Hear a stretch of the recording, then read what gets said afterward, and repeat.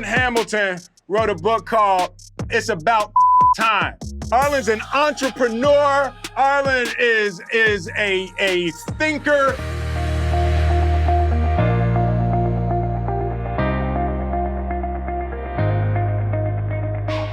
Years ago, Arlan Hamilton was sleeping on the floor of an airport and living on food stamps. Today, she is making waves in the white male-dominated world of venture capital.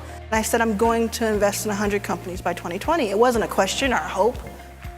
I'm going to. It was a fact. It was a fact, yeah. Hashtag a fact. I mean, I had people laugh in my face. And like say, actively? Yeah. People that were successful and had something and I was homeless. Well, and in fact, you were wrong because you didn't fund 100 That's companies. Right. They're exactly right. You beat that goal by a year and a half. Yeah.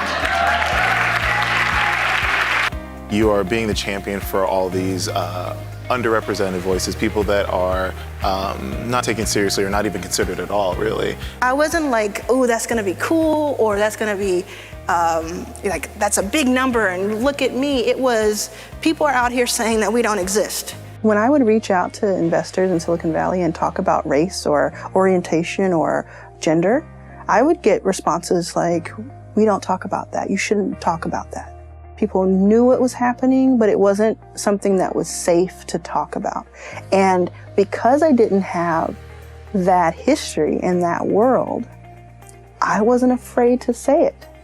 And I think that's the edge. Last year, we were in the pits and I was not going to be able to make payroll. And I came and met her for her office hours and she was like, don't do the thing, just talk to me, what's going on?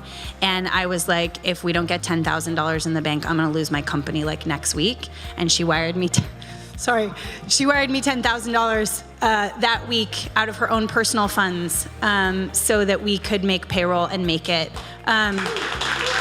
But for any would-be venture capitalists or investors out there in the audience, what tips would you give them to finding their way into that industry? Develop very thick skin. Learn how to take rejection at 10 times the rate you would as a founder. But also, if it's something that you're passionate about and you have a really good intent behind and you understand why you're doing it, don't let anyone stop you, including me. You, Arlan Hamilton, were the first non-celebrity black woman, as well as the very first black woman in tech and VC to grace the cover of Fast Company magazine. Yes. And I'm sorry for the dad joke, but you were in very good company because the other black women that were on that cover were Oprah, Beyonce, Serena, and now you get the single name Arlan. You've just moved on to a single name moniker now, Arlan.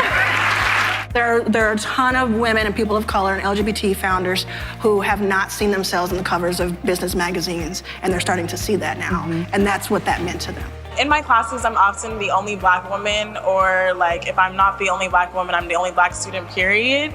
And I just wanted to know, how do you all deal with that, like, notion of just feeling like you don't belong because you're different from everyone else that comes in and pitches or whatever?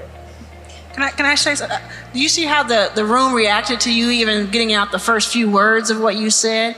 You are making so many people proud right now by just being in that room.